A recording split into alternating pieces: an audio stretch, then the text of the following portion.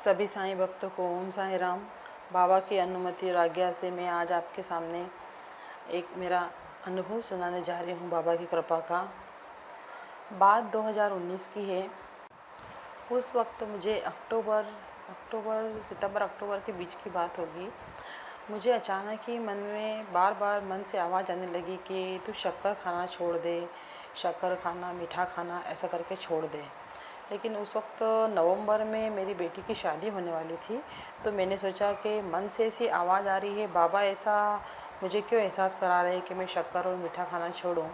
तो ऐसा करती हूँ कि शादी के बाद ही छोड़ूंगी, क्योंकि शादी के वक्त अगर छोड़ा तो अब पता ही है हम लोगों को कि शादी में एक दूसरे को मिठाई खिलाते हैं और फिर सबको मुझे मना करना पड़ेगा तो अच्छा नहीं लगेगा।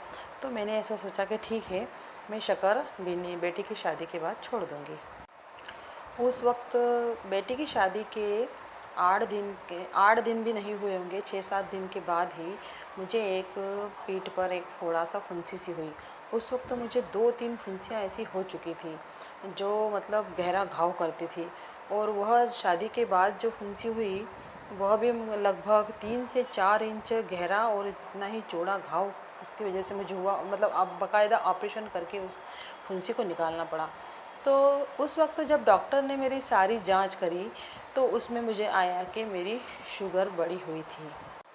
तब मुझे समझ में आया कि बाबा ने ऐसे मेरे मन में क्यों मुझे बार बार ये आवाज़ आ रही थी कि तू मीठा खाना छोड़ दे, मीठा खाना छोड़ दे। चलिए वो बात वहाँ पे हो गई। मैंने मीठा खाना बिल्कुल बंद कर दिया और डॉक्टर ने मेरा ऑपरेशन वगैरह सब सफल रहा। फिर डॉक्टर ने बोला कि 3 महीने आप लगातार इस पे निगरानी में रखें कि मतलब शुगर लेवल बढ़ तो नहीं रहा है, नहीं तो फिर टेबलेट स्टार्ट करना पड़ेगी। मैंने बाबा से प्रार्थना करी कि बाबा मैं मीठा खाना छोड़ दूँगी, जैसा कि आपने मुझे बोला था। मैं सारी मिठाई और सब कुछ खाना छोड़ दूँगी, लेकिन मुझे शुगर मत होने दीजिएगा, क्योंकि इतना परहेज और ये सारी चीज़ें मुझसे नहीं होगी बाबा, और टेबलेट्स खाना रहती है शुगर वालों को डेली। तो मुझ पर कृपा करना बाबा, और मैं शुगर की गोलियां नहीं खाना चाहती हूँ। बस आप कैसे भी करके मेरा शुगर लेवल नॉर्मल कर दीजिए। और बाबा की ऐसी कृपा रही कि 2-3 महीने लगातार जो मैं मंथली जांच करवाई मैंने, खाली पेट वाली, खाना खाने के बाद वाली, सारी मेरी रिपोर्ट से नॉर्मल आने लगी। उस वक्त मुझे मेरी हथेलियों में, मेरी उंगलियों में ऐसे घाव से हो गए थे और उनमें से ब्लड आता था। तो जैसे कि हमें पता ही है कि जब भी भक्त के ऊपर कोई संकट या कुछ आने वाला होता है तो बाबा हमारी किस तरह से रक्षा करते हैं। तो बाबा ने वहीं से प्लानिंग स्टार्ट कर दी थी मेरे लिए। पहले उन्होंने मुझे मन में ऐसी भावना जगाई कि मैं मीठा खाना छोड़ दूं। मीठा खाना छोड़ा, उससे उससे मुझे जो फुंसियाँ वगैरह होती थी वो कम होने लगी, और फुंसियाँ भी ऐसी होती थी कि मतलब उसको ऑपरेट करना पड़ता था। 3 बार मुझे ऐसा हुआ। उसके बाद फिर हाथों में जो कट थे उसके लिए मैंने काफ़ी मेरा इलाज लिया।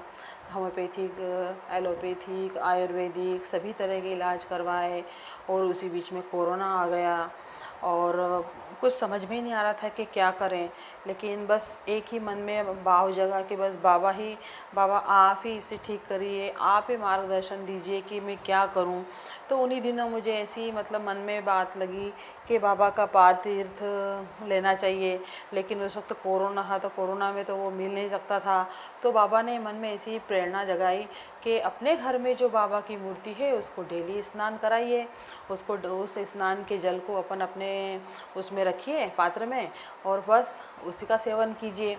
और तब से 2020 से जो बाबा ने ये क्रम चालू किया है तो आज तक वो चल रहा है। बस यही करती मैं कि वो जल लेती, उसमें थोड़ी सी विभूति डालना, और जब पारायण करना तो उस जल की कटोरी पर अपना हाथ रख करके पूरे सारे पारायण करती थी, और बाबा से बोलती थी कि बाबा आप ही कैसे भी करके ये मेरी जो स्किन प्रॉब्लम है इसे पूरी तरह से ठीक कर दीजिए। तो हुआ क्या देखिए, उस सिलसिले में जब जब इलाज चल रहा था जो स्किन प्रॉब्लम का, तो मेरी एक फ्रेंड है, उसने बोला कि एक आयुर्वेदिक उपचार करने वाला व्यक्ति जो गांव में रहता है वहाँ पे जा कर के आप दिखाओ, वो अच्छी दवाई देता है इस चीज़ की। तो हम लोग उसके पास गए, उसकी भी दवाई हमने आयुर्वेदिक पुड़ियाँ वगैरह ली, और 1 महीना तक ली, तब थोड़ा सा फ़र्क लगा, लेकिन फिर वापस वही हो गई। तो फिर वो व्यक्ति मुझे बोला कि मैडम आप ऐसा कीजिएगा, आप एलर्जी टेस्ट कीजिए। वो बाबा ने ही पूरी मतलब व्यवस्था करी थी मेरी, वन बाय वन ऐसे मेरे मतलब सारी प्रॉब्लम को सॉल्व कर रहे थे। तो मैंने ठीक है एलर्जी टेस्ट करवाया। एलर्जी टेस्ट करवाने में कुछ ऐसे फूड आइटम जो थे, जैसे दूध है और भी 6 तरह के फूड आइटम थे जिनकी मुझे एलर्जी निकली, और मैंने वो सारे आइटम कंप्लीट छोड़ दिए, बिल्कुल भी नहीं खाना किसी भी तरह से। होटल में भी अगर जाना है तो होटल में ऑर्डर देने से पहले सारी बात बता देना कि ये चीज़ें मुझे नहीं चलेगी करके। और उसके बाद बस बाबा का विभूति का जल, बाबा का पाद तीर्थ, पूरे सारी चीज़ें चालू ही थी।